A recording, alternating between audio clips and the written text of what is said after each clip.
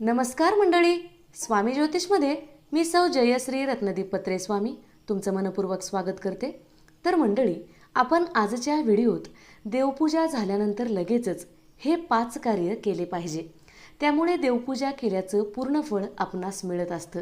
नसेल तर पूजा अपूर्ण मानली जाते. तर त्या पूजेचं काहीच फळ आपल्या पदरात पडत नाही.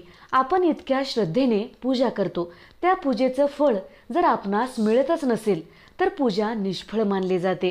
पूजेचं संपूर्ण फळ प्राप्त करण्यासाठी हे 5 कार्य पूजा झाल्यानंतर अवश्य करा व आपल्या इष्टदेवाचा आशीर्वाद मिळवा. देवांचा आशीर्वाद आपल्यावर सतत राहावा. देव आपल्या कुटुंबाला सुखी, समाधानी व धनधान्यांनी परिपूर्ण ठेवावे म्हणून देवाकडे आपण प्रार्थना करतो. पण आपण केलेली देवपूजा पूर्ण झालेली आहे की नाही याकडे प्रथम लक्ष दिलं पाहिजे. कारण आपण केलेली देवपूजा योग्य रीतीने पार पडलेली असेल तर देव आपल्यावर प्रसन्न राहतीलच. देव भक्तीचा भुकेला आहे. देवाची मनातून श्रद्धा भक्तीने पूजा केली ना, ते आपल्या भक्तांना कधीच नाराज करत नाहीत. पूजा करण्याचे साधे सोपेच नियम असतात. आपणास शक्य असतील असेच नियम असतात, पण त्याकडे बारकाईने लक्ष देण्याची गरज असते. देव काही दिखाव्याच्या वस्तू मागत नाही किंवा महागड्या वस्तू मागत नाही. फक्त देव आपली भक्ती पाहतो. आपण किती व्रत करत आहोत, देवासाठी अमुक वस्तूचा त्याग करत आहोत, तर यामुळे देव प्रसन्न होत नाही. तर मंडळी, देवाची मनोभावे पूजा केल्यामुळे देव प्रसन्न होतो. आपल्या भक्तावर प्रसन्न होऊन दोन्ही हाताने भरभरून आशीर्वाद देतो. पण काही देवपूजेचे छोटे छोटे नियम असतात, त्याकडे लक्ष देण्याची गरज असते. पहिले कार्य आहे जे देवपूजा झाल्यानंतर आपणास लगेच करायचे आहे. देवपूजा झाल्यानंतर देवांची आरती केलीच पाहिजे. स्कंद पुराणामध्ये भगवान म्हणतात की जो कोणी माझी कापुरामध्ये लवंग टाकून आरती करेल त्याच्या सर्व इच्छा मी पूर्ण करतो. तर मंडळी, देवपूजा करतेवेळी आपण मंत्र म्हणतो, स्तोत्र म्हणतो, पण शेवटी आरती करत नाही तर आपण केलेली पूजा निष्फळ मानली जाते. आरती न केल्यामुळे मंत्र व स्तोत्र म्हटल्याचे पुण्यसुद्धा लाभणार नाही. देवपूजा झाल्यानंतर वेळ नसेल तर एक आरती म्हणा. देवांची आरती केलीच पाहिजे. देवपूजा झाल्यानंतर आरती कोणत्या देवाची म्हणावी हा प्रश्न पडू शकतो. देवाऱ्यामध्ये आपल्या अनेक देवी देवता असतात. तर मंडळी, तुम्ही एकाच देवी देवताची आरती म्हणू शकता. तुम्हाला जी आरती येते ती आरती म्हणा, पण आरती अवश्य म्हटलीच पाहिजे. आरती करण्याचे प्रमुख कारण म्हणजे देवपूजा करतेवेळी आपल्याकडून काही चूक झालेली असेल तर आरती केल्यामुळे ती भरून निघते, ते कार्य पूर्ण होते. आरती झाल्यानंतर लगेचच देवांना नैवेद्य अर्पण केला पाहिजे. दुसरे कार्य आहे जे देवपूजा झाल्यानंतर आपणास लगेच करायचे आहे. आरती झाल्यानंतर देवांची स्तुती अवश्य केली पाहिजे. देवांची स्तुती केल्यामुळे देव आपल्यावर प्रसन्न राहतात. देवांची स्तुती कशी करावी?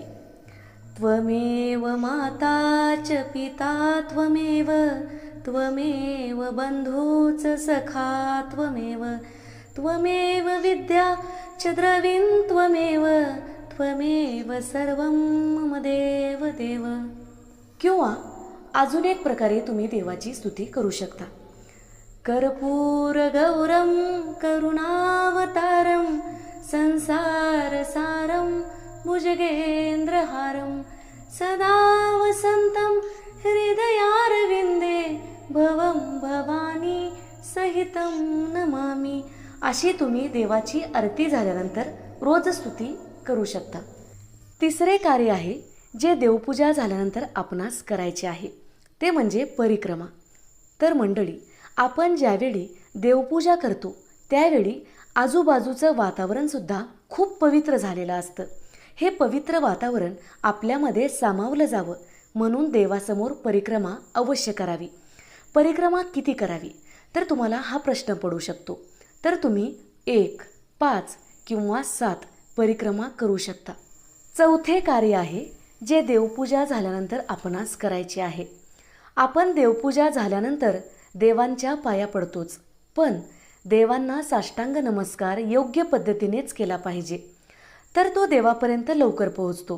तर मंडळी, देवपूजा झाल्यानंतर गुडघे जमिनीवर टेकून हात जोडून अशा प्रकारे देवांना साष्टांग नमस्कार केला पाहिजे. आपण ज्या पद्धतीने नमस्कार करतो त्याऐवजी अशा प्रकारे नमस्कार करा.